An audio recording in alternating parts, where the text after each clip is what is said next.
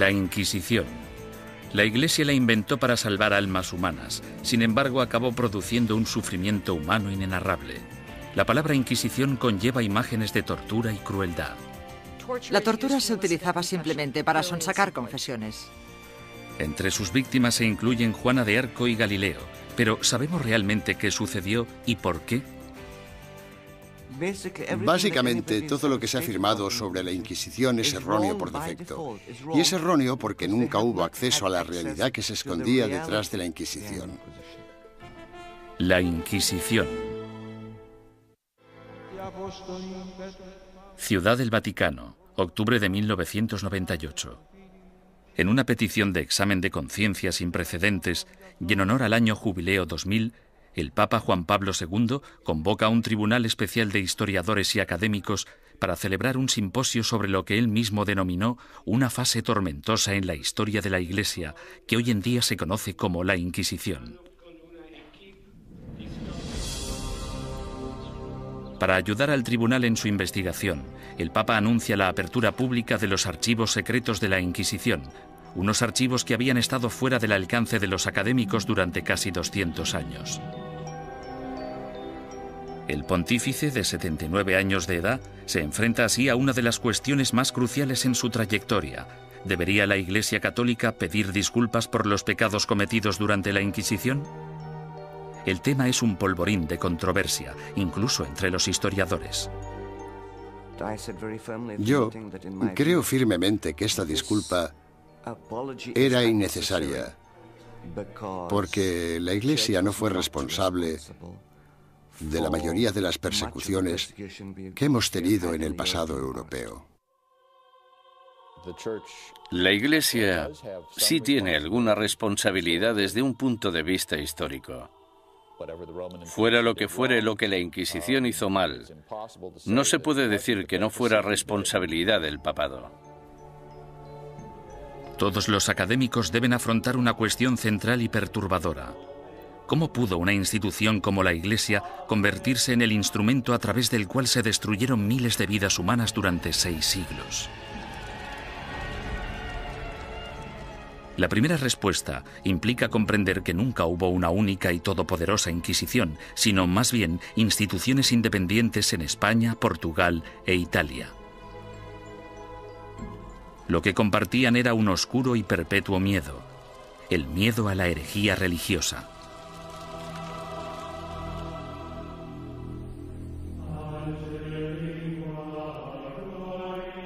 Año 1100 después de Cristo. El corazón de la Alta Edad Media. Una frágil alianza de reinos y provincias, conocida como el Sacro Imperio Romano, ocupa gran parte de lo que hoy conocemos como la Europa moderna. Tras la conversión del emperador Constantino al cristianismo y durante casi 800 años, la religión considerada antaño como una secta insurgente se convirtió en la única fe legal, penetrando en todos los niveles de la vida personal, social y política. El cristianismo latino europeo simbolizaba no solo la fuerza civilizadora en un mundo bárbaro, sino también la promesa de la salvación después de la muerte. El clero y los ciudadanos vivían temerosos del duro juicio de Dios. Con todo, seguía habiendo disidentes que se atrevían a desafiar la sagrada doctrina cristiana. La Iglesia tachó a estos rebeldes de pecadores o herejes. El estar equivocado en relación al dogma de la Iglesia no te hace hereje porque existen muchos dogmas religiosos. Lo que te convierte en hereje es que las autoridades eclesiásticas te informen de que no estás en lo cierto e insistir en tus convicciones ante esa autoridad. La palabra herejía proviene del latín airesis, que significa elección. Alrededor del siglo XII, herejía cobra un significado mucho más amenazante. Se convierte en un peligro mortal para la sociedad y para el hombre en una traición a Dios. Según el derecho civil, los criminales acusados de traición serán castigados con la muerte y sus bienes serán confiscados. ¿Qué otro motivo es necesario para que aquellos que ofendieron a Jesús, Hijo del Señor, sean expulsados de la comunión cristiana y privados de sus bienes? Papa Inocencio III. A pesar de la posición inamovible de la Iglesia en considerar esto un delito, los grupos de pensamiento libre siguieron emergiendo e insistiendo en interpretar a Dios a su manera. Entre dichos grupos se encontraban los valdenses, predicadores itinerantes que erraban por el sur de Francia y el norte de Italia viviendo en apostólica pobreza. El atractivo de los valdenses parece que fue su visión de un cristianismo simplificado, de la habilidad de todos para predicar si se poseía la inspiración del Espíritu, sin importar si se era clérigo o no. La Iglesia insistía que cualquiera que quisiera dedicarse a la predicación pública debía ser acreditado por el obispo de su diócesis. Cuando los valdenses se negaron a dejar de predicar, el Papa Lucio III emitió un edicto, conocido como Bula Papal, que tachaba el movimiento de hereje y excomulgaba a todos sus seguidores. La herejía se contemplaba como una amenaza a la comunidad cristiana. Era algo que podía perturbar a la gente, y no solo perturbar, sino que podía enajenar a toda la sociedad de la fe. Por eso era tan importante luchar contra ella. Los valdenses fueron suaves en comparación con los herejes más radicales, los cátaros. Los cátaros veían su fe como la única verdadera y se mostraban completamente hostiles ante la Iglesia establecida, a la que consideraban perniciosa. Los cátaros llamaban a sus sacerdotes perfecti o buenos cristianos. Comprometidos con una vida de estricta abstinencia, los sacerdotes no podían mentir, blasfemar, comer carne ni mantener relaciones sexuales. Acusaban a la Iglesia organizada de abusar cada vez más de su poder clerical. La austeridad de los perfecti cátaros parecía, en comparación, sumamente atractiva. En ese sentido, era una vergüenza para la Iglesia que existiera un grupo capaz de vivir realmente de acuerdo con la fe de Cristo y sus apóstoles, mientras que los abogados y administradores de la Iglesia vivían como grandes príncipes. Alrededor del siglo XIII, Europa era un foco de herejía. Al sur de Francia floreció el catarismo. La tensión aumentó hasta que una conspiración cátara asesinó a un representante papal que predicaba en la región del Languedoc en el año 1208. Ultrajado, el Papa Inocencio III reclamó una nueva cruzada en contra de los herejes. Lo que hizo fue básicamente pedir a la nobleza del norte de Francia que se trasladara al sur del país y que convenciera a los nobles de la región, que no perseguían al movimiento cátaro, de que lo hicieran y que propiciaran las condiciones adecuadas para erradicar a los cátaros del mundo rural. El Papa denomina esta guerra santa contra sus semejantes cristianos la Cruzada Albigense, en honor a la catedral francesa de la ciudad de Albi. Las atrocidades que cometieron sus cruzados del norte se convirtieron en legendarias.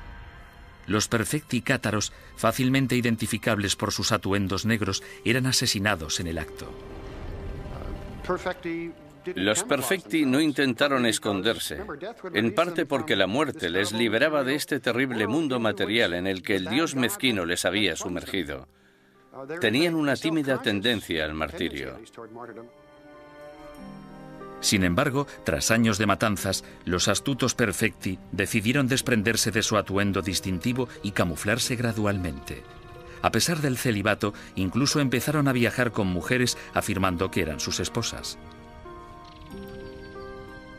El Papa Inocencio III volvía a enfrentarse al mismo rompecabezas del principio.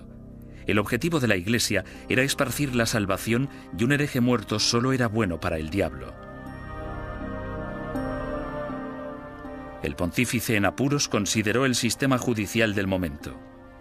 El procedimiento habitual, el acusatorio, forzaba a la parte injuriada a hacer una acusación pública. Si la parte acusadora no conseguía probar su caso, entonces ésta era castigada del mismo modo en que habrían castigado al acusado. Este proceso hacía que incluso los que tenían una queja real se mostraran reacios a presentar una acusación. Inocencio III se dio cuenta de que esas reglas no servirían para su objetivo a largo plazo. En el año 1215, el Papa congregó a todos los líderes cristianos en el Cuarto Concilio de Letrán, celebrado en Roma. Inocencio utilizó el encuentro para anunciar sus nuevas normas para la persecución de herejes y clérigos descarriados. La Santa Inquisición había nacido.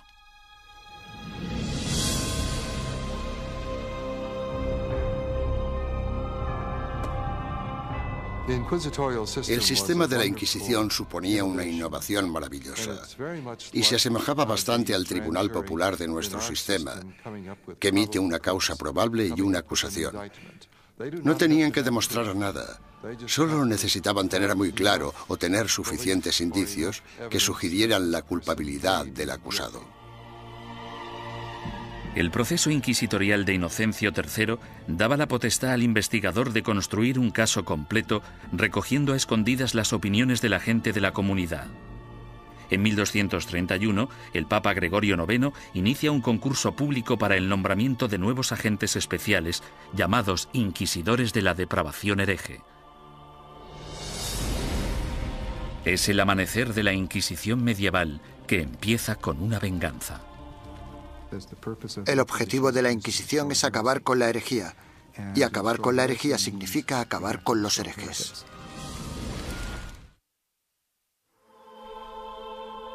El Papa Inocencio III fracasó en su intento de eliminar a los cátaros, la secta más poderosa del sur de Francia.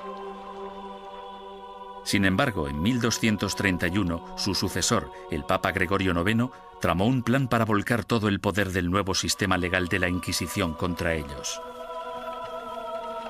El Papa nombró a muchos sacerdotes y frailes inquisidores y los mandó a tierras germanas y francesas para que acabaran con los criminales religiosos. Los herejes que rehusaron retractarse de sus creencias y continuaron predicándolas fueron quemados en la hoguera.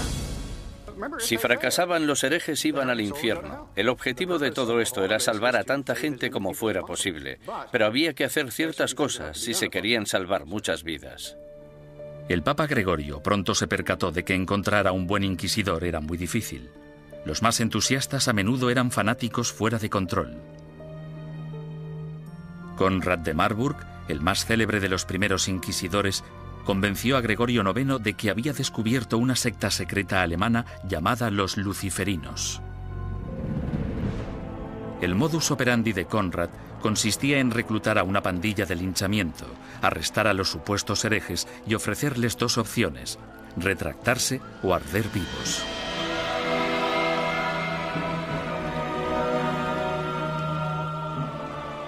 Los historiadores descubrirían más adelante que los luciferinos fueron pura ficción, una invención obsesiva que Conrad creó para impresionar al Papa. El inquisidor papal del norte de Francia no era mejor. Un cátaro convertido de nombre Robert Le Boucq acorralaba a grupos de supuestos herejes y celebraba estrepitosos juicios públicos. En un suceso devastador, 183 cátaros fueron interrogados, sentenciados y quemados vivos en un solo día. Tras años de protesta por parte de los obispos franceses, el Papa finalmente se dio cuenta de que Robert era un extremista peligroso, por lo que le retiró de su cargo y lo encarceló. Había que hacer algo, y tenía que haber alguien mejor para hacerlo que estos individuos, devotos, aunque extremadamente incompetentes y peligrosos. Este fue el momento en el que Gregorio IX se fijó en los dominicanos. Fundada por Santo Domingo en 1216, la orden dominicana estaba capacitada para realizar el trabajo de inquisidor. Educados como teólogos, los dominicanos estaban habituados a la vida en la calle y a predicar contra la herejía. A mediados del siglo XII, Gregorio IX ordenó a 4 docenas de inquisidores dominicanos que buscaran y procesaran a los cátaros, los valdenses y a los demás grupos herejes. El pontífice anunció de forma oficial a sus obispos la llegada de los inquisidores a los burgos y pueblos de Francia, Italia, Alemania y España. Ordenamos que se les reciba amablemente y que se les trate con honor, dándoles buenos consejos, ayuda y apoyo, de tal modo que puedan realizar la tarea que les ha sido encomendada. En esta carta, Gregorio IX pedía a sus obispos mucho más que simple hospitalidad. En su búsqueda de herejes, Los inquisidores papales necesitaban confiar en información interna, rumores y otras habladurías recogidas gracias a una red informal de clérigos informadores que trabajaban como espías.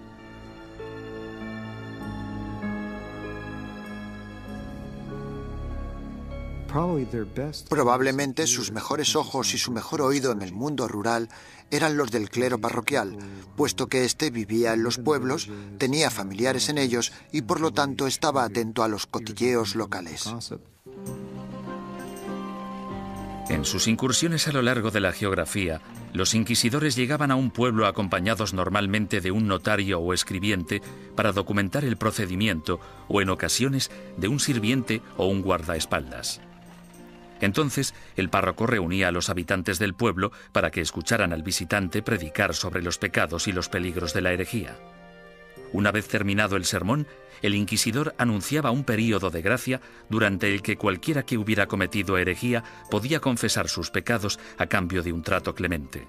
Los que temían ser acusados o habían cometido herejía y tenían remordimientos de conciencia debían actuar durante el período de gracia, porque si lo confesaban después de dicho período, es decir, después de que se iniciara una investigación sobre ellos, la confesión no se consideraba tan sincera como si la hubieran hecho durante el período de gracia.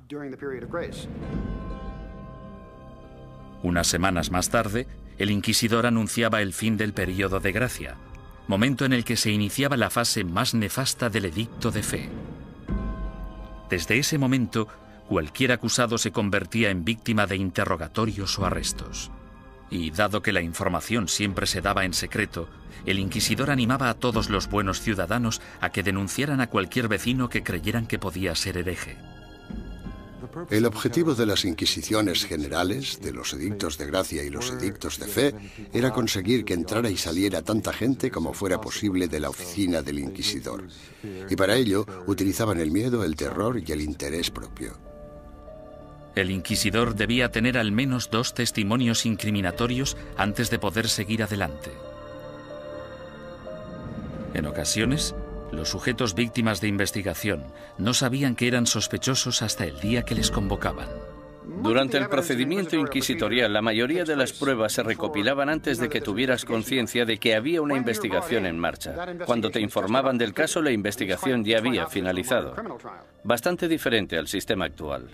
Conscientes del peligro de las acusaciones falsas o maliciosas, los inquisidores intentaban diferenciar las mentiras de la verdad. Cuando hacían subir al estrado a un acusado por primera vez, le hacían nombrar a todos sus enemigos. Si alguno de esos nombres coincidía con cualquiera de los nombres de la lista de testigos, el inquisidor debía desestimar ese testimonio. Sin embargo, las protecciones legales se acababan aquí. El acusado nunca llegaba a saber el nombre de quienes le acusaban, ni tampoco los motivos por los que se le acusaba. Era muy complicado demostrar tu inocencia una vez acusado por los inquisidores. Incluso los sospechosos que confesaban haber cometido herejía no podrían reconciliarse con la Iglesia hasta que dieran nombres e información de otros supuestos herejes. Si obstaculizaban la investigación, se arriesgaban a sentencias de cárcel y a perder todas sus propiedades. Si no cooperabas, los inquisidores podían reducir tu ración de comida y encadenarte a la pared. Por tanto, el principal método para conseguir que la gente confesara era simplemente encerrarlos durante largos periodos de tiempo y dejarles reflexionar. ¿Cómo llevaban los inquisidores su trabajo tan en secreto? Han sobrevivido algunos manuales prácticos dándonos una aproximación fascinante a ese período. Uno de ellos, llamado Conducta de interrogación relacionada con la depravación hereje, fue escrito por un inquisidor retirado, Bernard Guy, en el año 1324. Guy, cuyas hazañas inspiraron la novela histórica En el nombre de la rosa, ofrece docenas de investigaciones en las que recoge 17 años de experiencias de primera mano en lo que él denomina su cruzada personal contra la herejía. El objetivo de la Inquisición es acabar con la herejía. Y para acabar con la herejía, debemos acabar con los herejes. Bernard Guy, 1324. Los inquisidores se consideraban realmente una organización de combate. Eran bastante conscientes de que existían herejes y simpatizantes por todas partes y estaban muy motivados para deshacerse de ellos. En 1376, el inquisidor Nicolás Aymeric de Aragón escribió el libro Directorium Inquisitorium. En él describía la tenacidad y el compromiso que debía tener un inquisidor de los siglos XIV y XV, e incluso incluyó una lista práctica de trucos inteligentes utilizados para engañar a los sospechosos para que confesaran. Uno de los trucos que me asombró fue el de sentarse con una vitela pequeña en las rodillas y mirarla y comprobarla mientras la persona da su testimonio. Luego, en algún punto dices, no, lo que estás diciendo no puede ser verdad. Está clarísimo que no me estás diciendo la verdad. Y entonces el sospechoso, sometido al interrogatorio, piensa que lo que tienes es la declaración de otra persona cuando en realidad solo tienes una vitela en blanco.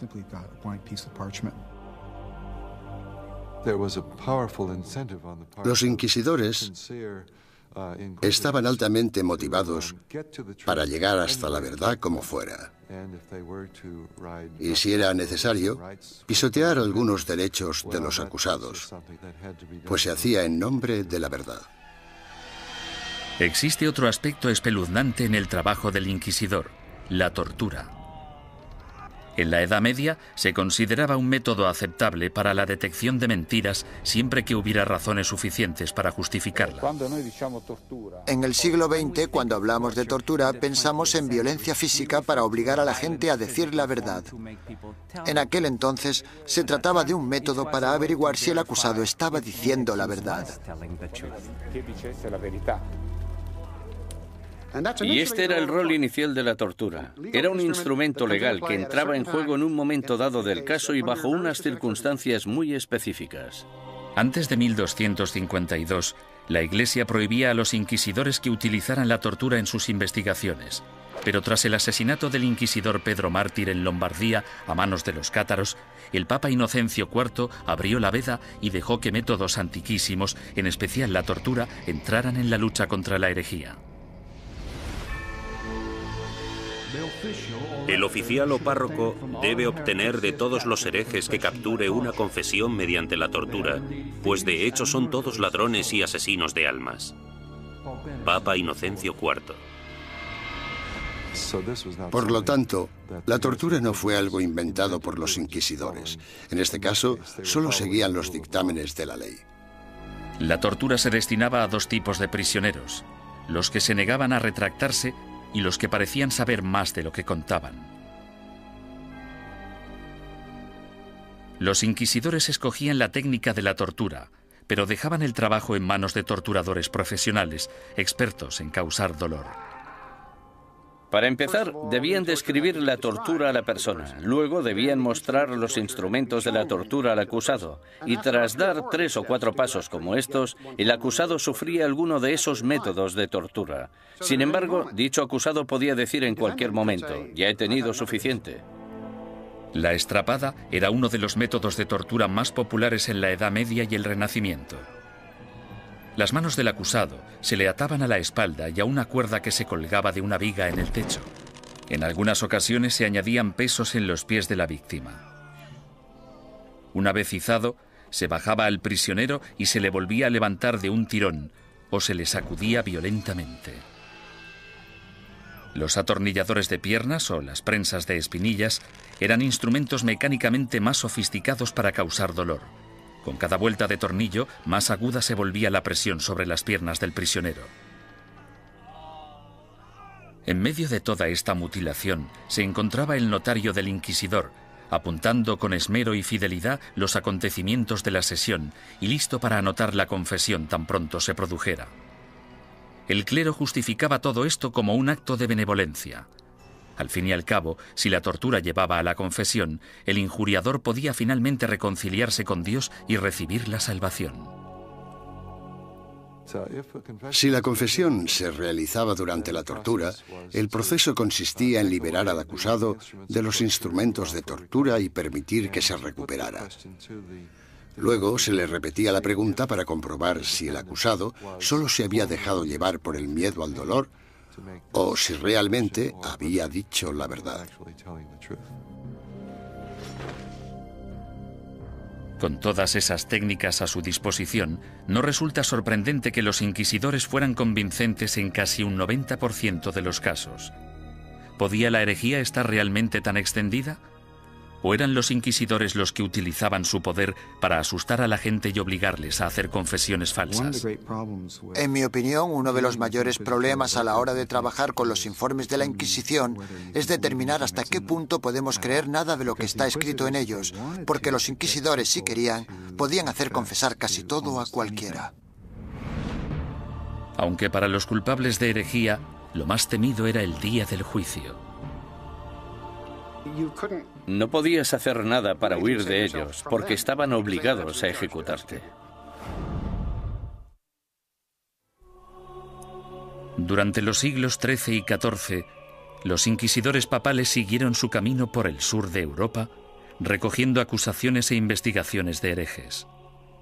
Estos sacerdotes se veían como soldados de primera línea de Dios, en guerra por la salvación de las almas, pero dejaban atrás un campo de batalla repleto de bajas. La Inquisición asustaba a los ciudadanos y les obligaba a traicionar a sus amigos y vecinos, destruyendo familias y convirtiendo comunidades pacíficas en una fábrica de mentiras y sospechas. A lo largo y ancho del Sacro Imperio Romano y de los reinos y principados de Europa, los ciudadanos esperaban el sermos generalis o el juicio del proceso inquisitorio. Los castigos o penitencias iban desde el azotamiento público al encarcelamiento o a los trabajos forzados. A menudo se obligaba a los convictos a llevar ropa distintiva para hacer pública su vergüenza. Lo habitual es que llevaran una cruz amarilla en sus ropas, una en la parte delantera y otra en la espalda, y tenían que llevarlas siempre que salieran a la calle. No podían ocultarlas con nada, y si se caían se suponía que debían reponerlas.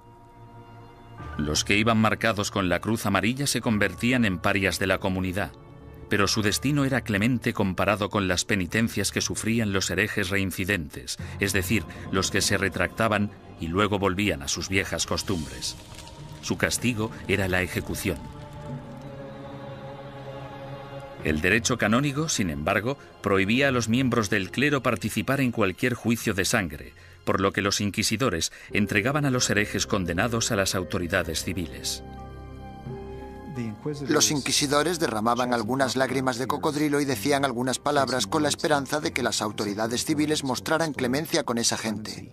Sin embargo, su mayor deseo era que los condenaran a la hoguera. Cuando la Inquisición entregue a los culpables de herejía al poder civil, el magistrado de la ciudad deberá hacerse cargo de ellos en el acto y, en un periodo máximo de 5 días, deberá ejecutar las leyes hechas contra ellos. Papa Inocencio IV, 1252. Una vez completado el juicio sermos generalis, las autoridades laicas escoltaban a los condenados hasta un emplazamiento alejado de las calles de la ciudad. Allí los ataban a estacas de madera apuntaladas sobre toneladas de leña. Los inquisidores nunca acudían a estas ejecuciones. Se te permitía hacer la última confesión a un sacerdote si lo deseabas. Sin embargo, puesto que estabas bajo la custodia del poder laico, no podías hacer nada para escaparte de ellos porque estaban obligados a ejecutarte. Quemar en la hoguera es una de las sentencias de muerte más horribles que se puedan imaginar. Las llamas podían tardar horas en consumir por completo al condenado. Si la víctima estaba de suerte o sus familiares eran suficientemente influyentes, entre la leña se colocaba mucha madera húmeda para que generara mucho humo. La muerte por asfixia era preferible a la agonía de quemarse vivo.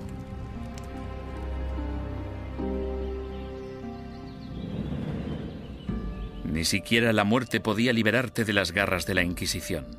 En ocasiones, personas que habían muerto hacía años recibían acusaciones post-mortem y eran condenadas por herejía. Se saqueaban sus tumbas y se lanzaban sus restos a la hoguera. Desgraciadamente para la familia del fallecido, lo peor aún estaba por llegar. Las autoridades civiles confiscaban automáticamente todas las propiedades de los herejes fallecidos, dejando desvalidos a sus esposas e hijos sin importar su lealtad religiosa. La mañana siguiente a una ejecución a menudo atraía a los coleccionistas de reliquias, basureros que acudían con sacos a barrer las cenizas en busca de piezas de cadáveres. En la mayoría de los casos no se trataba ni de necrófagos ni de locos. Normalmente eran los que creían que aquellos que morían ejecutados eran mártires y merecían ser venerados. Mucha gente pensaba que los herejes eran buenos cristianos y los inquisidores gente malvada, por tanto podía darse un contraataque. El siglo XIV fue testigo del punto más álgido de la campaña de la Inquisición. Gracias a su inmenso poder, la Iglesia combatía la traición con la misma dureza incluso contra sus propios rangos. Cuando un grupo de franciscanos decidió desvincularse de la orden y llamarse a sí mismos franciscanos espirituales, el Papa Juan XXII les acusó de abandonar los ideales de su fundador, San Francisco de Asís, y ordenó a la Inquisición que acabara con ellos. Tras quemar en la hoguera a 4 líderes franciscanos espirituales en Marsella el año 1317, la mayoría de los rebeldes restantes volvieron a la orden original. Durante los 150 años de la Inquisición papal de Gregorio IX, los principales movimientos herejes, los cátaros y los valdenses, fueron virtualmente erradicados de la Europa occidental. Al reducirse el número de herejes, parecía que la Inquisición acabaría desapareciendo por completo. Sin embargo, el negocio de la cacería y el castigo de brujas resucitó el proceso con una venganza durante el siglo XIV. Se consideraba herejía, puesto que se creía que para conseguir poderes, el hechicero debía renunciar a Dios y a su bautismo. Es decir, que debía romper un contrato y rendir algún tipo de homenaje al diablo para poder conseguir esos poderes. El diablo nunca da nada a cambio de nada. La política corrompió los primeros casos de brujería.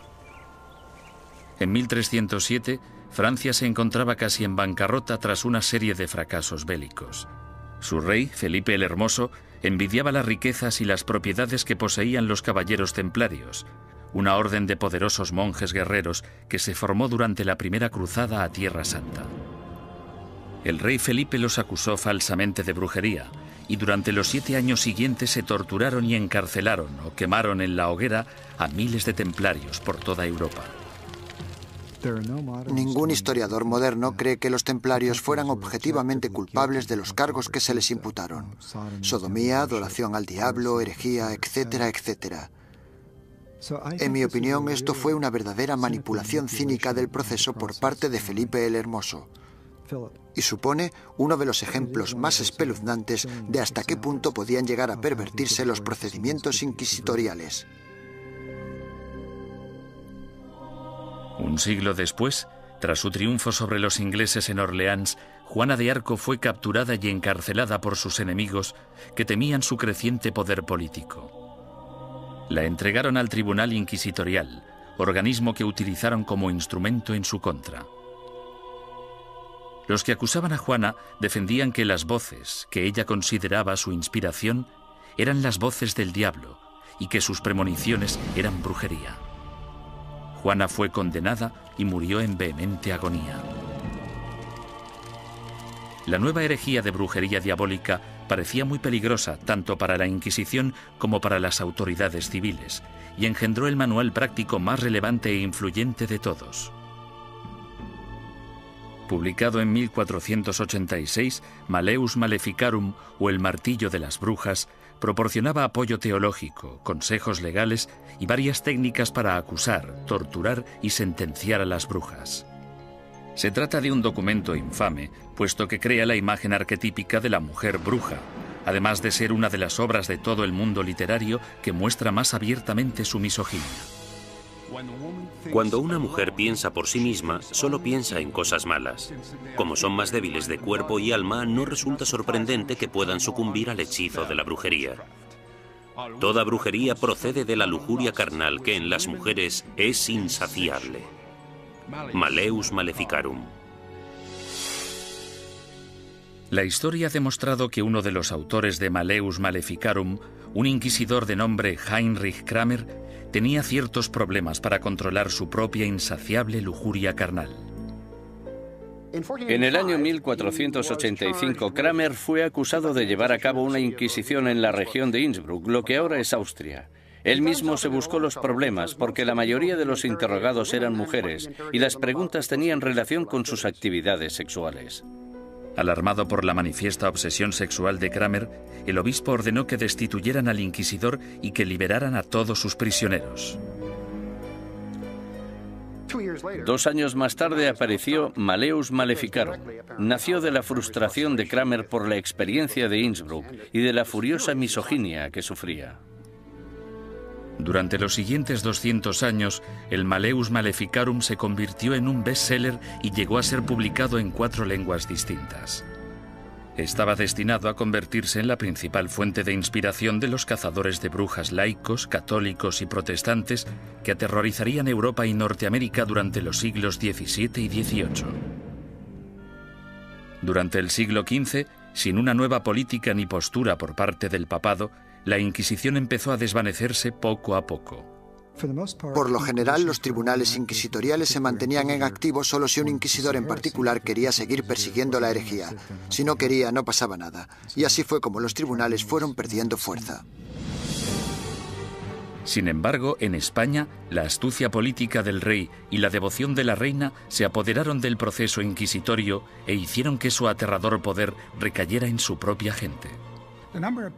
El número de personas que se quemaban vivas en una misma hoguera era pasmoso, incluso para los estándares actuales.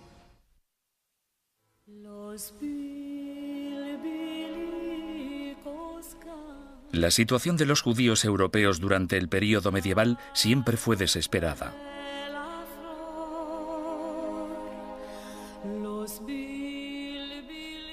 Expulsados de una nación tras otra, a partir del siglo IV, algunos finalmente se establecieron en España.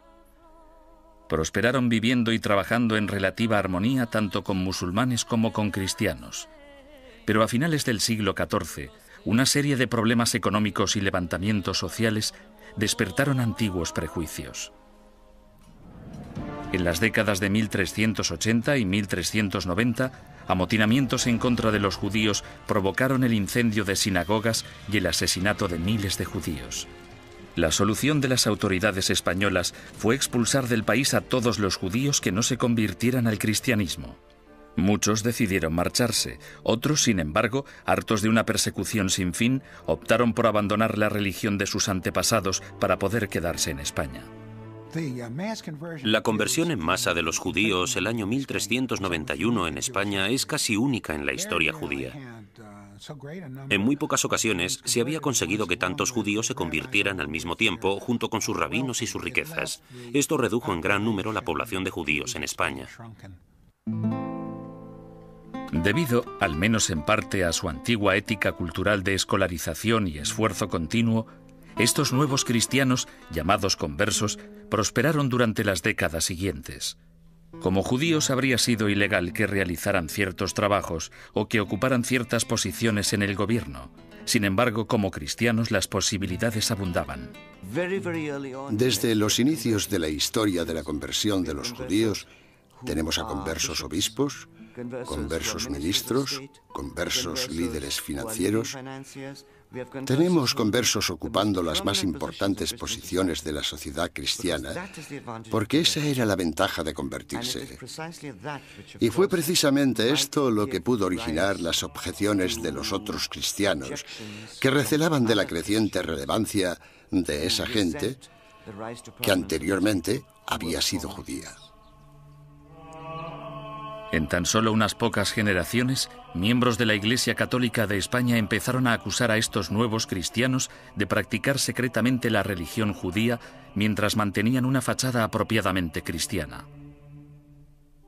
Este fenómeno judaizante era en parte verdad, puesto que algunos conversos, aunque se autoproclamaban cristianos, mantenían costumbres que habían heredado de sus antecesores. La dimensión de la llamada actividad judaizante era más de carácter cultural que religiosa. En otras palabras, realizaban ciertas cosas que sus padres y sus abuelos habían hecho y en las que no veían nada particularmente malo, como encender velas el sábado. Muchos de ellos creían que encender velas el sábado no tenía nada inherentemente conflictivo con el catolicismo.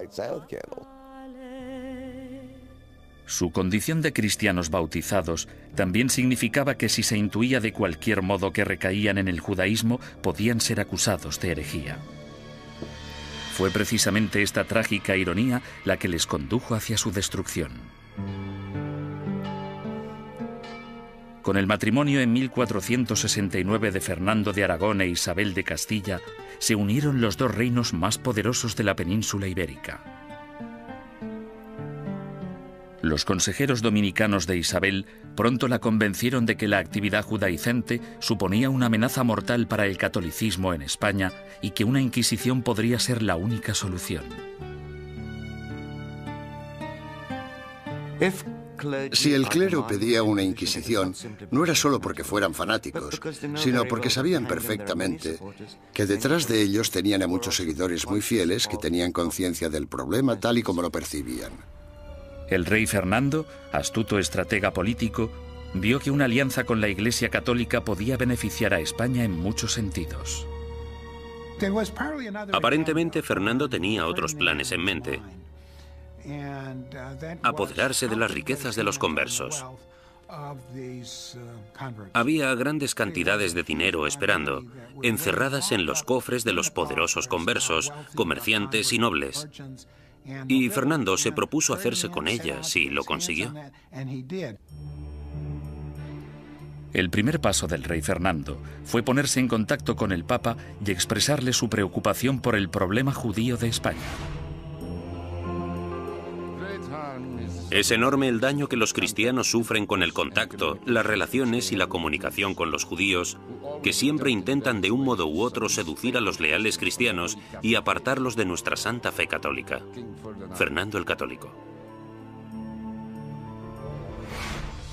Bajo la presión del insistente rey español, el Papa Sixto IV emitió una bula papal que instauraba una inquisición para erradicar la depravación hereje en España y que iba dirigida a los conversos judíos. Esta nueva Inquisición española fue algo completamente distinto a todos los demás tribunales inquisitoriales anteriores. Sus normas garantizaban que el rey Fernando, y no el Papa, controlaba todos y cada uno de los aspectos de sus actividades. El tribunal de mayor grado, llamado la Suprema, consistía en 6 o 7 hombres nombrados personalmente por el rey. Solo un miembro, el inquisidor general, era nombrado oficialmente por el Papa, y aún así, este tenía que haber sido nombrado antes por Fernando. Aunque os guste el título de inquisidor, somos yo y la reina quienes os hemos nombrado y sin nuestro apoyo muy poco podéis llevar a cabo. Rey Fernando. Esto significa que el Estado empieza ya en la Inquisición española a tener cierto poder de control sobre la institución. Esto no era así en la Edad Media.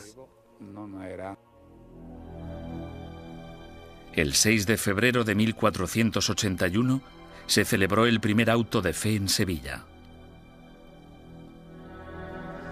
En este acto, que se convertiría en el símbolo de la Inquisición española, un centenar de hombres y mujeres conversos fueron acusados de practicar secretamente la religión judía y juzgados ante la Iglesia. 6 de ellos pagaron el más alto precio. Fueron quemados en la hoguera. En mitad del auto siempre se celebraba una ceremonia. Los dominicanos elegían a sus mejores oradores, los que tenían la voz más fuerte, y en ocasiones los sermones duraban media hora, 1, 2 horas. Los participantes eran despojados de toda dignidad. Se les afeitaba la cabeza, desnudaban a las mujeres y a los hombres, se afeitaba la barba a los hombres. En España, la virilidad de un hombre residía en su barba, por lo que afeitarla resultaba muy desagradable. La idea de la ceremonia era humillar a los penitentes y mostrar a la congregación cuál era el castigo por cometer herejía.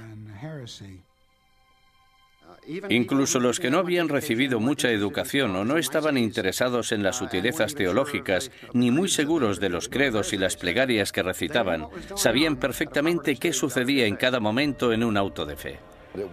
Era un espectáculo aterrador cuyo objetivo era poner unos límites en la mente de las personas sobre lo que podían decir, pensar y creer.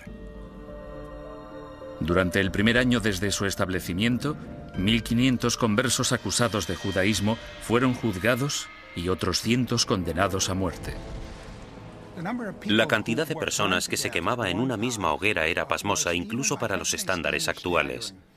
Se quemaron 28 personas de una sola vez, en otra ocasión 70 personas, y en el mayor auto jamás celebrado se quemaron 109 personas en una misma hoguera. A diferencia de los herejes medievales que se atrevían a predicar sus ideas en público, el judaísmo secreto era, por definición, una actividad clandestina que se llevaba a cabo a puerta cerrada. Los vecinos podían decir que habían visto a un individuo leer un libro que probablemente era judío solo por el hecho de ver a alguien mirando un libro pequeño, que podría ser el libro de las horas. O podían decir que habían oído a alguien cuchichear una plegaria que seguro que era judía. Por tanto, encender velas, darse un baño, lavar la ropa, tratar, preparar y comer carne en día de pescado, como podían ser los viernes o los miércoles, podía causarte grandes problemas si tus vecinos se percataban y tenías mala relación con ellos. Las acusaciones provocaban más acusaciones.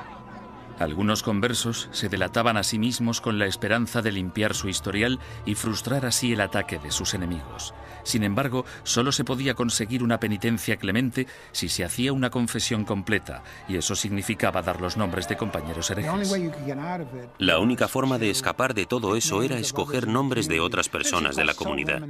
Esto recuerda mucho a los Estados Unidos de los años 50 y al pánico rojo que provocó la creación del Comité sobre Actividades Antiamericanas. Fue aquí donde se produjeron tantas tragedias. Gente inocente de todos los cargos podría, bajo tortura y pena de muerte, haber dado nombres sin pensar, solo para ser liberados. Si consideramos a Fernando e Isabel como los arquitectos de la Inquisición española, su contratista fue sin duda Tomás de Torquemada, el primer inquisidor general. A partir de 1490, Torquemada redactó minuciosa y sistemáticamente reglas que todavía conservamos en papel para guiar a los inquisidores, incluyendo el más mínimo detalle sobre lo que debían o no debían hacer. Y como consecuencia, podemos considerarle el fundador de la Inquisición.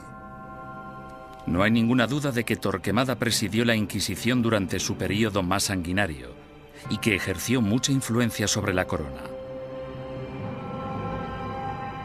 A pesar de que se le ha retratado de todos modos, desde un loco hipnotizador hasta un monje siniestro y obsesionado por el sexo, los historiadores saben muy poco sobre él.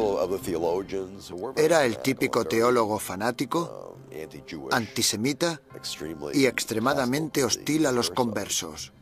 Era un hombre que concentraba toda esa intolerancia y ferocidad tan característica de los primeros inquisidores. Podemos estar de acuerdo o no con él en que los judeoconversos debían ser perseguidos y condenados. Pero en mi opinión, Torquemada insistió mucho en las normas de procedimiento correcto para el sistema inquisitorial. Sin embargo, se calcula que durante los 20 años de mandato de Torquemada como inquisidor general, 2.000 personas perdieron la vida y otros miles fueron castigados.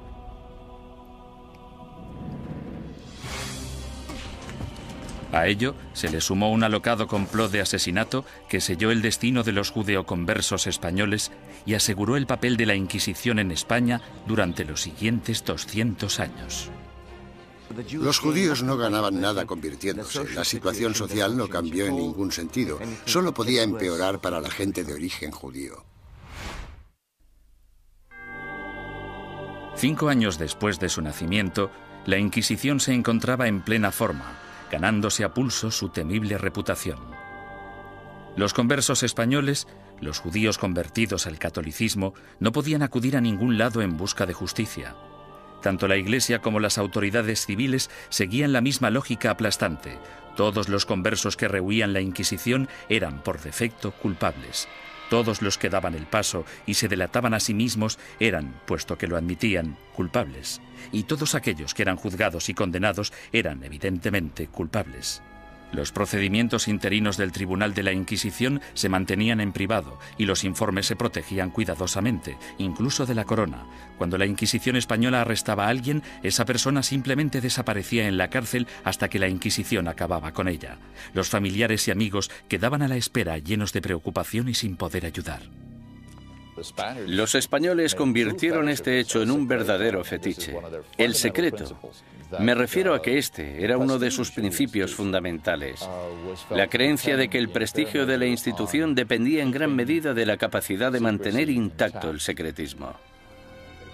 Para los acusados, la naturaleza surrealista y casi arbitraria del proceso generaba terror. No existía ningún juicio. Eran más bien audiencias tras las que el prisionero volvía a su celda. Después de todo el sufrimiento, que podía prolongarse durante semanas o meses, el acusado podía no llegar a saber los crímenes de que se le acusaba. Se le exigía constantemente, a veces bajo amenazas de muerte, que confesara. El acusado tenía que inventar explicaciones sin saber la naturaleza de la denuncia que se había interpuesto contra él. Y esto, a menudo, llevaba al encarcelamiento masivo de prisioneros que se negaban a confesar, porque creían que no tenían nada que confesar, y probablemente tenían razón. El 15 de septiembre de 1485, algunos conversos furiosos decidieron tomarse la justicia por su mano. Como inquisidor, Pedro Arbués se arrodilló delante del altar de la Catedral de Zaragoza.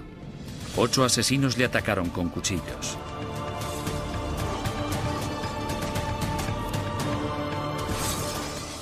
Arbués murió al día siguiente, y con él la esperanza de todos los conversos españoles, pues el desdichado complot hizo que los judíos perdieran la simpatía pública para siempre y garantizó a la Inquisición un lugar en la sociedad española durante las generaciones venideras. Entre los académicos hay una pregunta obvia que ha generado más debate que cualquier otra.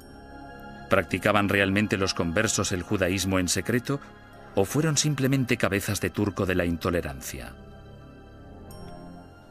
El problema desde un punto de vista técnico es que la única fuente de información que tenemos para responder a esta pregunta proviene del Santo Oficio. En consecuencia, el tema a tratar es, ¿debemos creer totalmente en los hermanos del Santo Oficio que investigaron a los conversos? ¿O debemos pensar que fue básicamente un fraude, una gran exageración basada en falsos testimonios? A petición del inquisidor general Torquemada, en marzo de 1492, el rey Fernando emitió otro edicto de expulsión. Se daba a los judíos 4 meses para aceptar el bautismo o abandonar España. Durante los meses siguientes, casi la mitad de la población judía de España, unas 40.000 personas, abandonó el país. Los demás se quedaron y se convirtieron al cristianismo. Simplemente cayeron en la misma trampa que habían tendido a sus antepasados judíos hacía 100 años.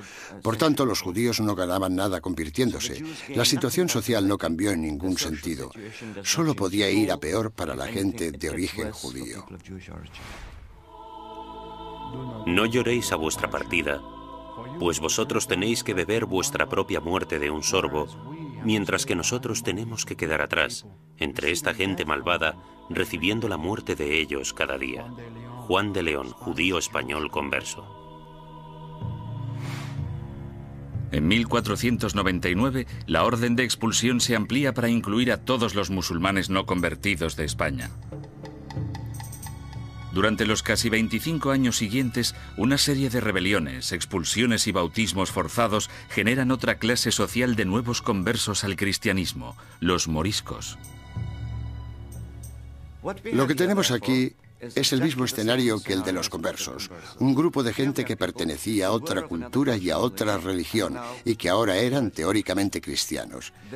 Esta era una situación hecha a medida que la Inquisición utilizó para apartar a los musulmanes y hacerles practicar el cristianismo. Las persecuciones de moriscos se triplicaron durante los siguientes 100 años. Sin embargo, estos no pudieron o no quisieron adaptarse. Finalmente, en 1609, las autoridades españolas decidieron que los moriscos eran imposibles de convertir y los expulsó a todos. El odio por la Inquisición española era tan intenso entre los musulmanes como entre los judíos. En su intento de conservar el catolicismo como la única religión de España, la Inquisición española encarceló a ciudadanos inocentes, confiscó propiedades, destruyó familias y mandó a miles de personas a la muerte. Lo que no utilizó muy a menudo, según los historiadores, es lo que la ha hecho tan famosa: la tortura.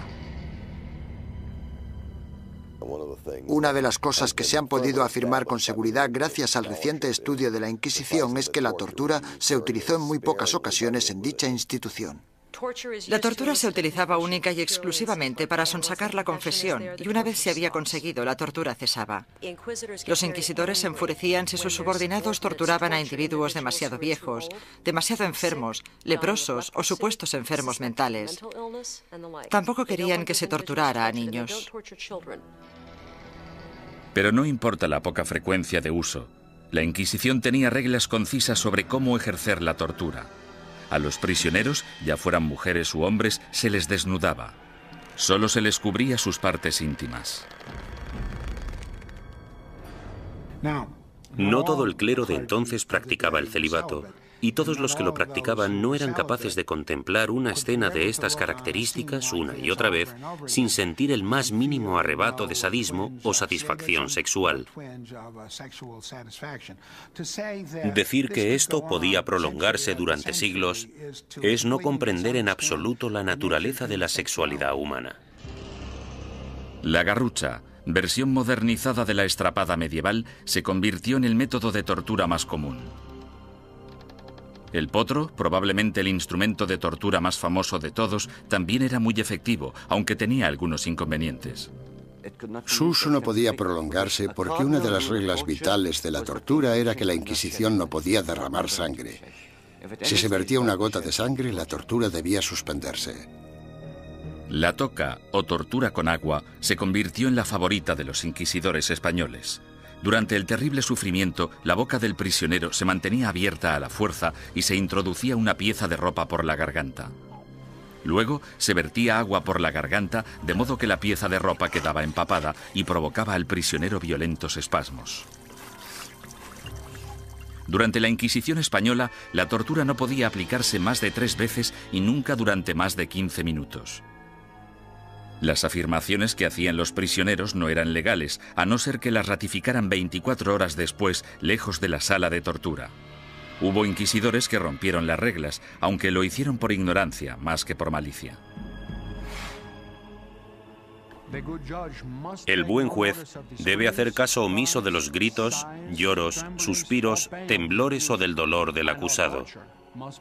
Y toda tortura debe realizarse con tal cuidado que el acusado no se vuelva loco, ni quede herido, lesionado ni indebidamente angustiado. J. Damunder, testigo ocular de las torturas. Se les pedía que siguieran las normas del libro, eso era todo. Yo no he encontrado, sinceramente, demasiados indicios de que se rompieran dichas normas. Me refiero a que tal vez estaban más dispuestos a seguir los procedimientos que los policías de hoy en día. La Inquisición española realizó algunas innovaciones en el área del castigo. La cruz amarilla que llevaban los herejes medievales en sus vestimentas evolucionó hasta un atuendo llamado San Benito. Estas ropas debían vestirse en el juicio conocido como el auto de fe o acto de fe, y luego por encima de la ropa de calle mientras durara la penitencia. La gente que iba por la calle era objetivo de todo tipo de comentarios sarcásticos. Los niños les tiraban piedras, todo esto hacía muy difícil poder ganarse la vida. Ni tan siquiera la muerte liberaba al hereje de la vergüenza. el hábito con el que se enterraba al difunto se colgaba en la parroquia del lugar para recordar a todo el mundo en la ciudad que esa persona y su familia estaban relacionados con la herejía. Muerte y humillación no eran los únicos escollos de la Inquisición. Uno de sus castigos más temidos era convertirse en esclavo en las galeras españolas. Se cree que este castigo fue invención del mismísimo rey Fernando. No tenía nada que ver con la religión, la herejía ni cualquier otra cosa. Pero el rey Fernando se percató de que mucha de esta gente estaba siendo castigada con penas del todo inútiles y pensó, buena idea, ¿por qué no utilizamos a esta gente? Porque yo necesito remeros en mis barcos. Después de la muerte, ser enviado a las galeras era el castigo de la Inquisición española más temido. No puedo imaginarme nada peor que ser esclavo en las galeras. Yo casi preferiría que me quemaran. Al menos acabaría rápido. Durante la expulsión del año 1492, miles de judíos cruzaron la frontera con Portugal, engrosando allí la población judía y reanimando viejas tensiones raciales. A causa de los alborotos resultantes, los judíos portugueses fueron obligados a convertirse al cristianismo, y en 1532 el rey Juan III insistió en que Portugal tuviera su propia Inquisición. Durante 10 años, los ricos conversos portugueses utilizaron todas las formas de persuasión posible, incluyendo enormes sobornos, para convencer al Papa de que no instaurara una Inquisición en su nuevo santuario. Muchos conversos españoles se fueron a Portugal y de hecho pronto superaron en número a la comunidad portuguesa. Dichos conversos creían que en Portugal estarían a salvo hasta que, evidentemente, los portugueses instauraron su propia Inquisición y todo cambió. La Inquisición portuguesa se puso a trabajar de inmediato con los sospechosos de siempre. Entre 1547 y 1580 se celebraron 34 autos de fe en Portugal con casi 2.000 penitentes y 169 ejecuciones. Las persecuciones fueron tan letales que los conversos, la mayoría de los cuales apenas habían emigrado a Portugal desde España, decidieron volver a su tierra natal y enfrentarse a lo que parecía el mal menor de las dos malvadas instituciones. Tras la conquista militar española del Imperio Azteca en 1521 por Hernán Cortés, los conversos portugueses y españoles pronto emigraron a las Américas en busca de un nuevo comienzo. Pero la Inquisición española les siguió de cerca e inició investigaciones en la recién fundada Ciudad de México. En 1528, 2 conversos españoles fueron quemados en la hoguera tras el primer auto de fe celebrado en tierras del Nuevo Mundo. Las primeras oleadas de sacerdotes españoles también consideraban su deber guiar a la población americana lejos de sus creencias paganas y ayudarles a adoptar el cristianismo. Tras un periodo inicialmente optimista sobre lo que se creía una conversión extendida, la segunda generación de prelados españoles en el Nuevo Mundo empezó a tener dudas sobre si los indios seguían siéndolo a escondidas después de ser bautizados, del mismo modo que se creía que los conversos seguían siendo judíos tras el bautismo. En contra de la política estricta y reacia aplicada tanto a judíos como a musulmanes en España, la Suprema finalmente decidió que los indios simplemente eran incapaces de asimilar las creencias cristianas y que, por tanto, estaban fuera del alcance de la conversión. Sin embargo, la Inquisición pronto se enfrentaría a su mayor enemigo hereje de todos los tiempos, el protestantismo. Y en ocasiones incluso fueron torturados por la Inquisición, lo que parece muy injusto, pero eran protestantes y eran una presa fácil.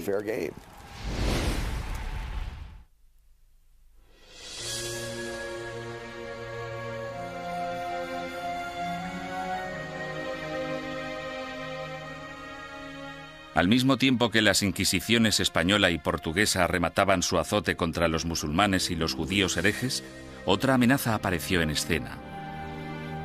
En 1517, un sacerdote alemán llamado Martín Lutero dejó su famoso tratado, las 95 tesis, a las puertas de la iglesia de Wittenberg. Se trataba de un ataque acerbo a la Iglesia católica.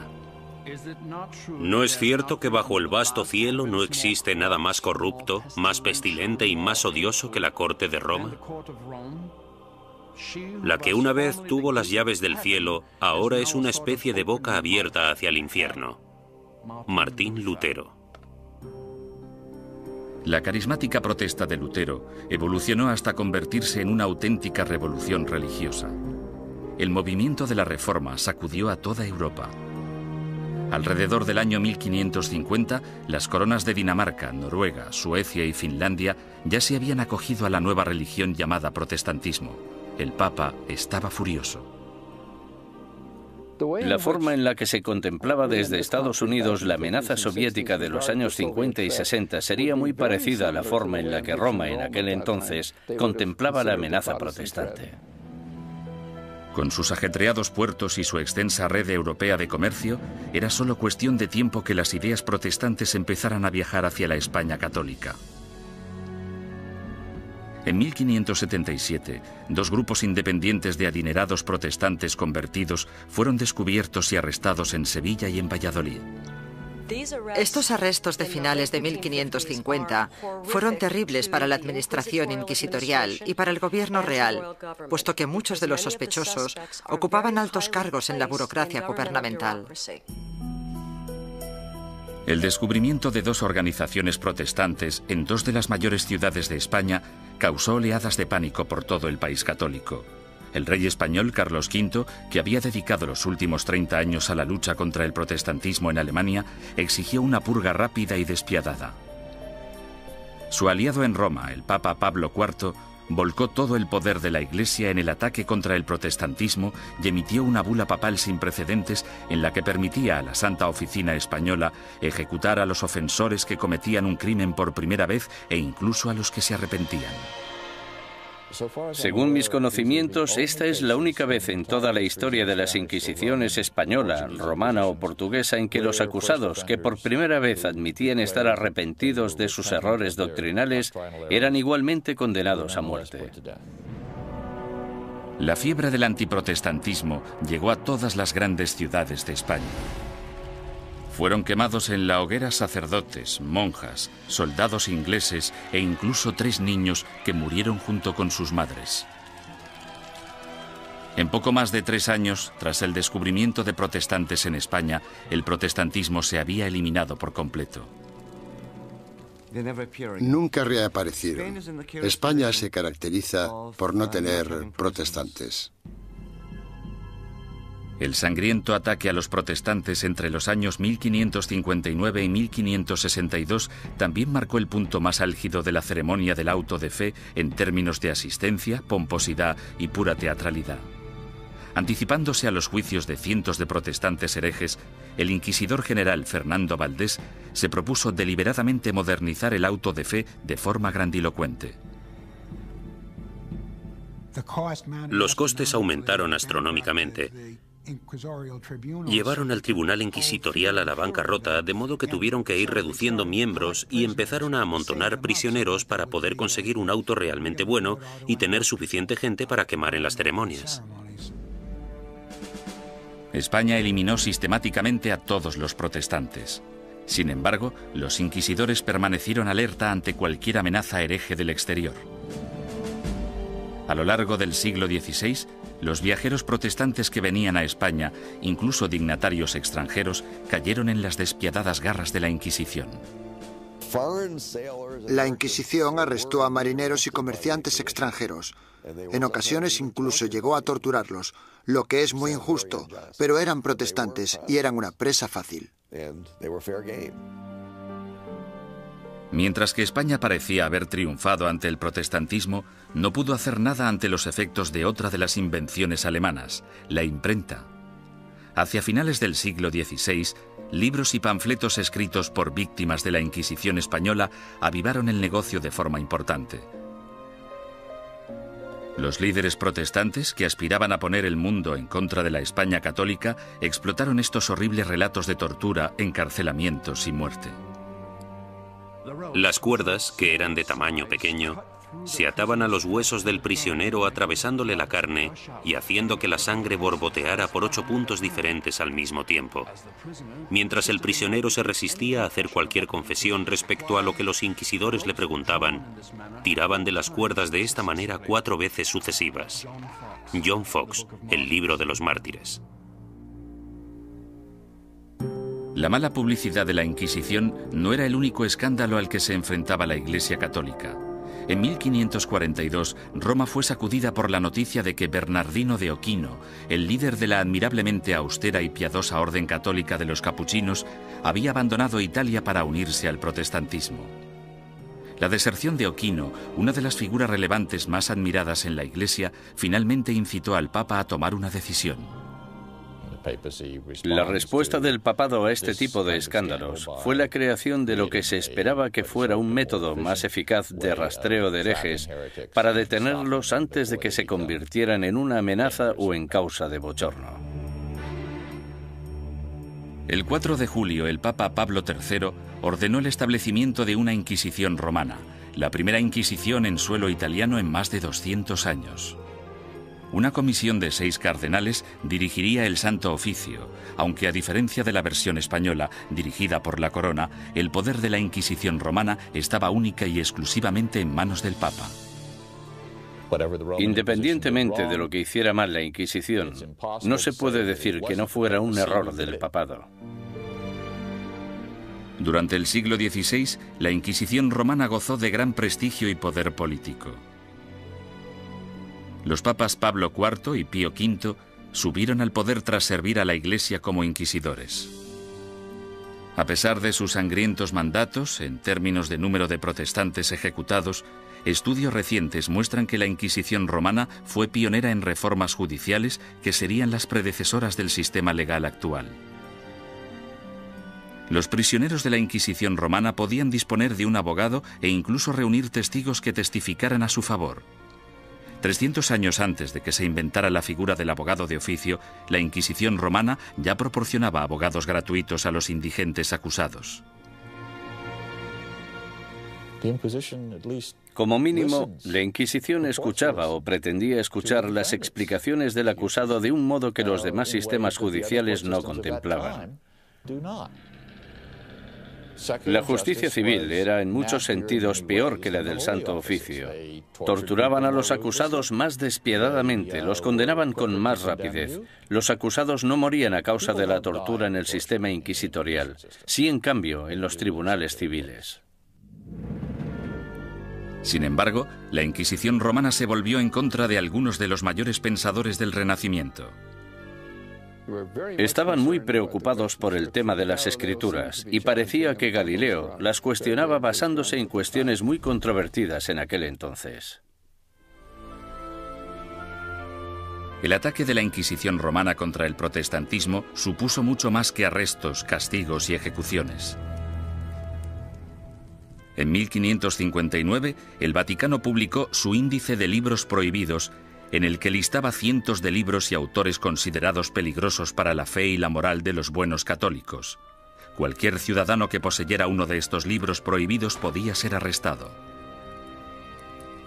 Algunos autores encontraron sus libros listados en este índice simplemente porque 1 o 2 frases sueltas se habían considerado erróneas.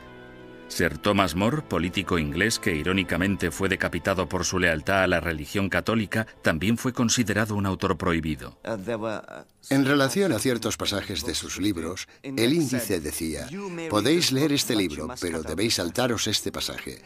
Es cierto que mucha gente famosa aparecía en este índice y, por tanto, estaban prohibidos. Los historiadores cuestionan si dichos índices tuvieron algún impacto real.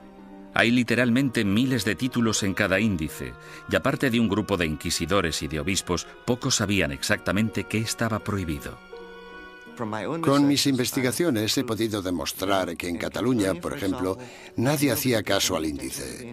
A lo largo de todo el siglo XVI, las librerías de Barcelona vendieron públicamente libros que aparecían en el índice de libros prohibidos. Simplemente fingían no conocerlo. Como instrumento de censura, el índice de libros prohibidos resultó ser algo de mucho ruido y pocas nueces. Sin embargo, no hay ninguna duda de que la Inquisición romana tuvo un efecto represivo sobre las ideas intelectuales y científicas y que destruyó las vidas y los legados de algunos de los mayores pensadores del Renacimiento. Giordano Bruno fue uno de los genios más excéntricos del siglo XVI. Medio filósofo, medio loco, su visión del cosmos, considerada inverosímil en su época, de hecho se anticipó a la concepción actual del sistema solar. Bruno era un visionario. Se consideraba casi una segunda reencarnación de Cristo, aunque de hecho tenía sus dudas sobre la divinidad de Dios, pensamiento por el que fue acusado. El tratado más famoso de Bruno, publicado en 1584, pronto le hizo merecedor de aparecer en el Índice romano. De título Sobre el universo infinito y los planetas, es una mezcla extravagante de misticismo y astronomía de Copérnico. Bruno lanzó la teoría de que existe vida inteligente en otros planetas situados más allá de las estrellas. Enseñaba que la unificación de todas las religiones, incluidas el Islam y el judaísmo, era la única salvación de la humanidad. Estas creencias herejes provocaron aversión tanto entre los católicos como entre los protestantes. En un periodo de tensión religiosa, las personas como Bruno representaban una amenaza enorme porque en realidad parecían desechar casi todos los pilares básicos del cristianismo. Durante 15 años, Bruno evitó cautelosamente la Inquisición romana, manteniéndose alejado de Italia. Sin embargo, en 1591, un rico mecenas le convenció para viajar hasta Venecia y una vez allí le traicionó denunciándole ante el Santo Oficio. El encarcelamiento y el juicio de Bruno duraron 7 años, durante los que el tribunal romano llegó prácticamente a implorarle que abandonara sus creencias herejes. Él se negó. Habría sido como repudiar toda su vida. En mi opinión, para un hombre como Bruno, que estaba completamente convencido de sus propios poderes, habría sido casi imposible actuar de otro modo. Tal vez vuestro miedo a juzgarme sea mayor que mi miedo a ser juzgado. Giordano Bruno. La obstinación de Bruno enfureció tanto al Papa Clemente VIII que él mismo le condenó a muerte. El 8 de febrero de 1600, Bruno fue conducido al campo dei Fiori, en pleno corazón de Roma, y fue quemado vivo. En la actualidad, una estatua en su honor, erigida en el año 1829, marca el lugar de los hechos. Otro intelectual renacentista, Galileo Galilei, también desató la ira de la Inquisición. Cuando construyó el primero de sus famosos telescopios en el año 1609, Galileo ya era un físico y profesor de matemáticas de fama mundial. En 1613 publicó 2 libros más, Mensajero Celestial y Manchas Solares, en los que defendía la teoría de Copérnico, según la cual la Tierra no solo gira sobre sí misma, sino que además da una vuelta anual alrededor del Sol. Oficiales ultrajados de la Inquisición denunciaron las creencias de Galileo y citaron numerosos pasajes de las Santas Escrituras que describen la Tierra como centro estático del universo. A los cardenales no les preocupaba demasiado qué era lo que giraba alrededor de qué. Les preocupaba mucho el tema de las escrituras, y Galileo parece que las cuestionaba con ideas muy controvertidas para la época. Sin embargo, Galileo vuelve a cuestionar a la Iglesia y toma una decisión asombrosa. Durante años ha habido un debate tremendo, sobre todo durante el último siglo, sobre qué debería haber hecho Galileo. En 1616, Galileo evitó ser juzgado y castigado por la Inquisición romana cuando aceptó dejar de enseñar sus rompedoras teorías planetarias. Con todo, 16 años después, alentado por el hecho de que su viejo amigo y admirador, el cardenal Barberini, se convirtió en el Papa Urbano VIII, el célebre científico publicó un nuevo manifiesto en el que reforzaba sus antiguas ideas. En esta ocasión, Galileo no calculó bien sus pasos, pues no solo produjo pánico en la Inquisición, sino que también provocó la ira de su antiguo aliado, el Papa. En mi opinión fue ese factor, la aversión personal, la oposición personal del Papa, lo que en gran parte hizo que el Santo Oficio procediera como lo hizo. Tenía una gran influencia. Galileo fue acusado de herejía. En enero de 1633, tras redactar sus últimas voluntades y su testamento, el astrónomo de 68 años viajó a Roma para enfrentarse a la Inquisición. Le hicieron todo tipo de preguntas. ¿Cómo escribiste un libro como este? ¿Por qué? ¿No defiendes en él una visión que ha sido tachada de contraria a las Escrituras? Galileo siguió manteniendo su inocencia, lo que probablemente no fue una buena estrategia dadas las circunstancias del juicio. Tras 3 meses de interrogatorio por parte de la Inquisición, en los que le amenazaron con torturarle, llegaron a un acuerdo. A cambio de retirar las acusaciones más graves, Galileo admitiría haber cometido un error y se declararía culpable de la ofensa menor que suponía haber defendido públicamente el copernicismo. El 21 de junio de 1632, en una ceremonia pública celebrada en Roma, pronunciaron la sentencia de Galileo y éste se retractó de sus creencias científicas. Con un corazón honesto y una fe sincera, yo renuncio, maldigo y repudio los errores y las herejías mencionadas. Galileo Galilei. Durante años ha habido un debate tremendo, sobre todo durante el último siglo, sobre qué debería haber hecho Galileo. Es importante recordar que si se hubiera negado a renunciar, si no hubiera aceptado la oferta, si hubiera dicho no, sigo creyendo en el sistema de Copérnico, podrían haberle ejecutado. Es bastante sencillo decir 200 años después no. Tendría que haber tenido coraje y haberlos desafiado y haberse dejado quemar en la hoguera. Después de haberse retractado, el Papa sentenció a Galileo a un castigo sin precedentes, volver a Venecia y permanecer bajo arresto domiciliario por el resto de su vida. El viejo científico murió silenciosamente 9 años después, a los 77 años. La leyenda afirma, sin embargo, que justo después de pronunciar su promesa forzada, Galileo susurró a un amigo: La Tierra se mueve a pesar de todo. En 1992, el Papa Juan Pablo II anunció oficialmente que la Iglesia se equivocó en 1633 al acusar al padre de la ciencia moderna de hereje. Es una lástima que no le escucharan, que no hubiera ningún teólogo en aquel momento capaz de entenderle. El error fue de los que juzgaron a Galileo.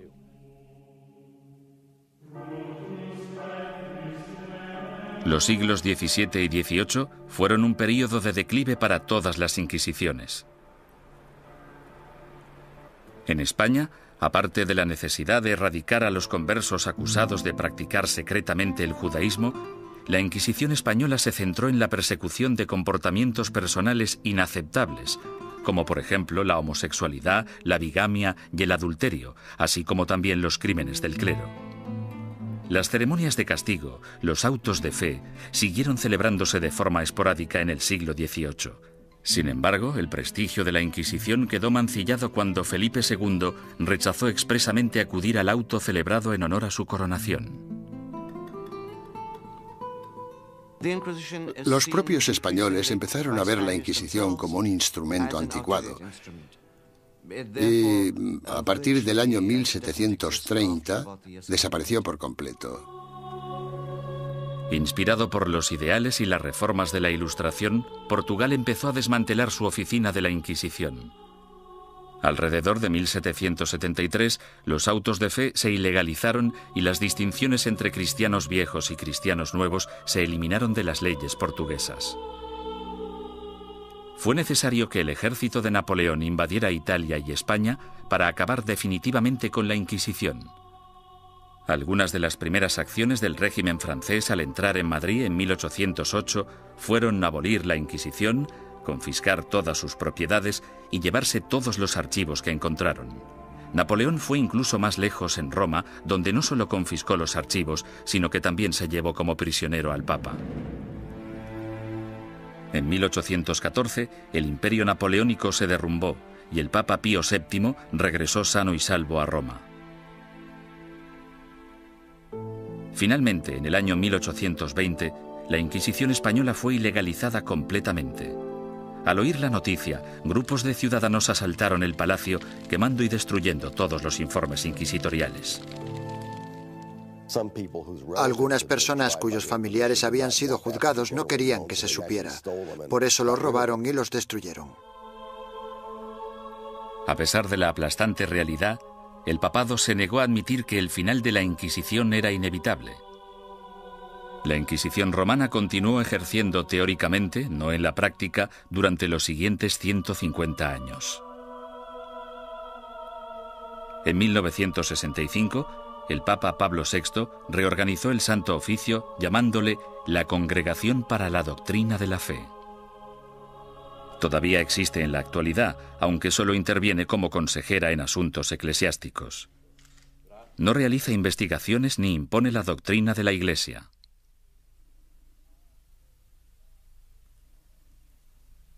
Desde la caída definitiva de la Inquisición, son incontables los mitos y testimonios inexactos que han surgido sobre su objetivo y sus prácticas. Los descubrimientos realizados en documentos nunca vistos, así como en los archivos de la Inquisición abiertos por el Vaticano recientemente, han ayudado a desbancar algunos de ellos. Por ejemplo, se ha podido demostrar que algunos recuentos de personas quemadas en la hoguera eran enormemente exagerados. La gente decía que se habían quemado 200 personas. De esas 200, quizá 3 fueran reales y 197 imaginarias. Poco a poco hemos podido fijar los números reales de las personas que fueron ejecutadas. Han sido necesarios muchos siglos para comprender que algo estaba mal.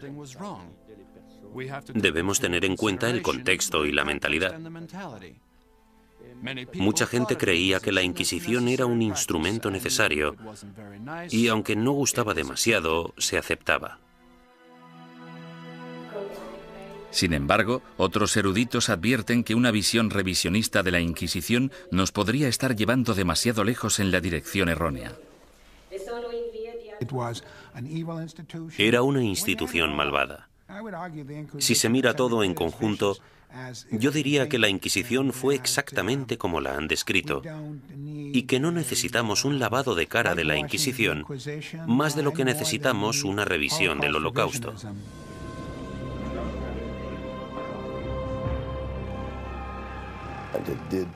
Torturó a gente, impuso fuertes castigos, quemó a personas.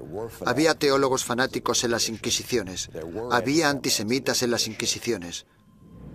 Todo esto es innegable. Hay un hecho que la historia no puede negar. A pesar de que la Inquisición se concibió para el bien de la humanidad, acabó causando un dolor y un sufrimiento humano inenarrables.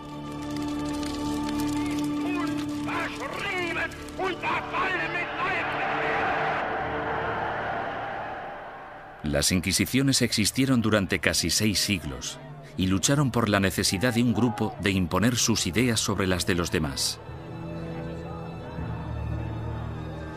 Esa necesidad sigue existiendo en la actualidad.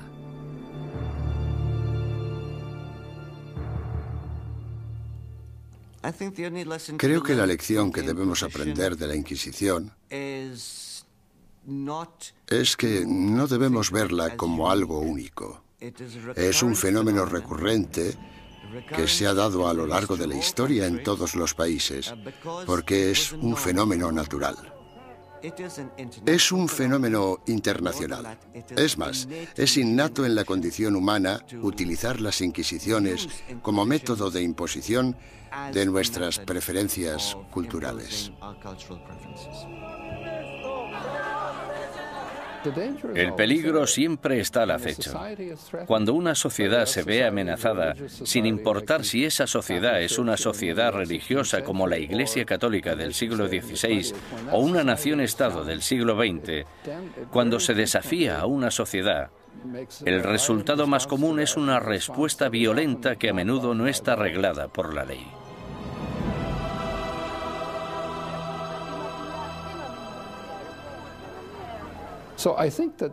Por lo tanto, creo que esta reacción ante la amenaza es tan antigua como la humanidad y, sin duda alguna, perdurará en el futuro.